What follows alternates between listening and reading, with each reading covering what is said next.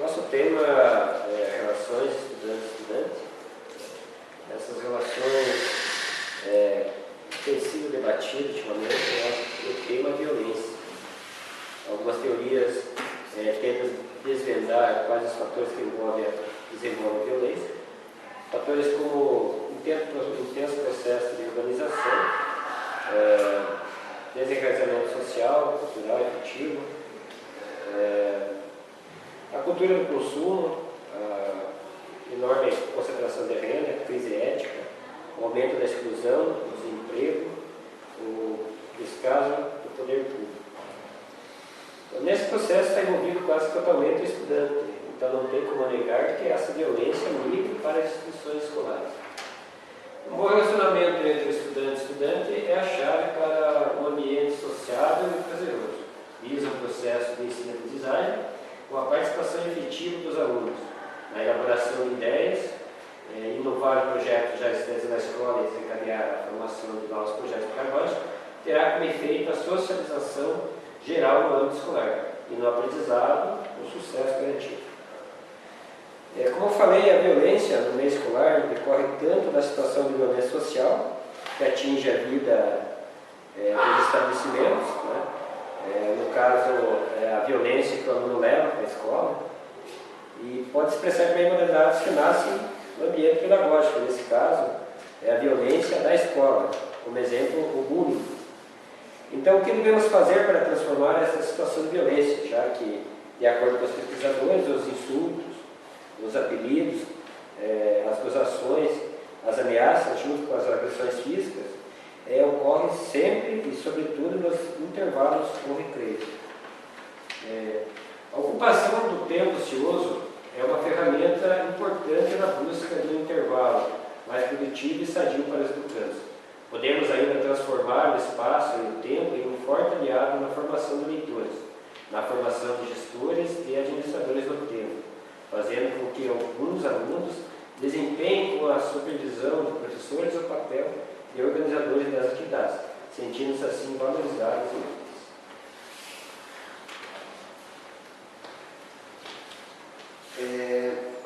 Então, nós fizemos uma pesquisa de campo para observar o que esses alunos estavam fazendo durante no intervalo do recreio e para saber o que eles viam de necessidade de mudanças. Então, a pesquisa foi realizada na Escola de Educação Básica Júlia Palhares Zaniolo, com orientação da gestora pedagógica da instituição, a Sônia Stelzner. Então, visando captar o comportamento dos alunos do 6º, 7º e 8º ano que realizam o recreio no mesmo horário. Partindo de um conceito de participação calçado numa concepção de cidadania. Nesse contexto, nos questionamos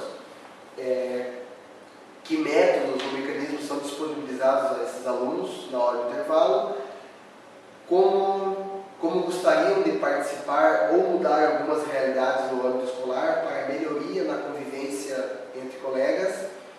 E esses questionamentos foram feitos para esses alunos e foi pego por, no caso, alunos de faixas etárias diferentes, de anos diferentes. Então, os dados foram analisados conforme a idade, classe social e discussões sobre a comunidade. A análise dos dados revelou, dentre outros aspectos, que vista sobre a perspectiva das crianças, a participação dos mesmos ainda é algo a ser conquistado na escola. Apesar de não apresentarem um discurso homogêneo referente à participação, os adolescentes concebem como poder se expressar, colaboração, perguntar e tirar dúvidas, mais participação dos mesmos em grupos culturais, fazendo que interajam com as outras turmas, apontando a necessidade de estabelecimento de uma relação dialógica entre os alunos. Então, para promover a tal pesquisa, contamos com a participação de alguns alunos que representam as ideias dos demais. Percebem que metodologias usadas como palestras, jogos, oficinas, trabalho de campo e participação dos pais, professores e comunidade podem ajudar as crianças a interagirem. Contudo, na hora do intervalo, gostariam que professores organizassem jogos como cordas, amarelinhas, gincanas, entre 6º, 7º e 8º ano, para que a ano, pois mesmo crianças de 8º ano, mas de salas diferentes, salientam um ar de rivalidade. Então, como eles não têm esse convívio mais ajustado, então, quando surge no recreio alguma brincadeira onde coloca eles em confronto, pode surgir ali uma rivalidade que acaba piorando um pouco essa relação. A primeira medida a ser tomada seria de instruir aos alunos a forma correta de se deixar a sala de aula, após o sinal, uma vez que, ao tocar o sinal, todos saem correndo e se empurrando, trazendo assim riscos à integridade física dos alunos e professores. Liberá-los aos poucos, um pouco antes do sinal tocar, seria uma solução cabível para a solução desse problema. E como ocupar tanta criança ao mesmo tempo? Em conversa com os alunos, descobriu-se uma infinidade de ideias e anseios por eles vividos. Atividades culturais, esportivas, lúdicas, artísticas, entre outras. Foram as sugestões que apareceram. A escola conta com uma ampla área de pátio que pode abrigar tais atividades, faltando, porém, atitudes de organização das atividades a serem desenvolvidas. Dentre tantas ideias sugeridas pelos alunos, os jogos foram bastante pedidos. Competições de futsal, vôlei, tênis de mesa, peteca e queimada foram as modalidades mais pedidas.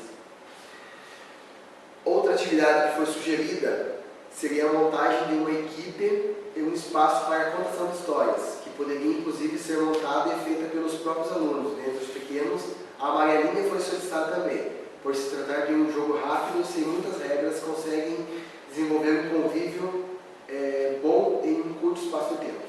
A escola conta com o Grêmio Estudantil, que se comprometeu em ajudar a escola com a organização e desenvolvimento das atividades. Por se tratar de atividades relacionadas ao bem-estar dos alunos, os integrantes do Grêmio Estudantil se empenharam em desenvolver, junto com os professores, projetos com essa finalidade: entreter e ocupar os alunos no horário do intervalo do recreio. Um torneio de futsal já foi desenvolvido na escola. Fizeram as chaves com as turmas do Ensino Fundamental 2 e foi um sucesso.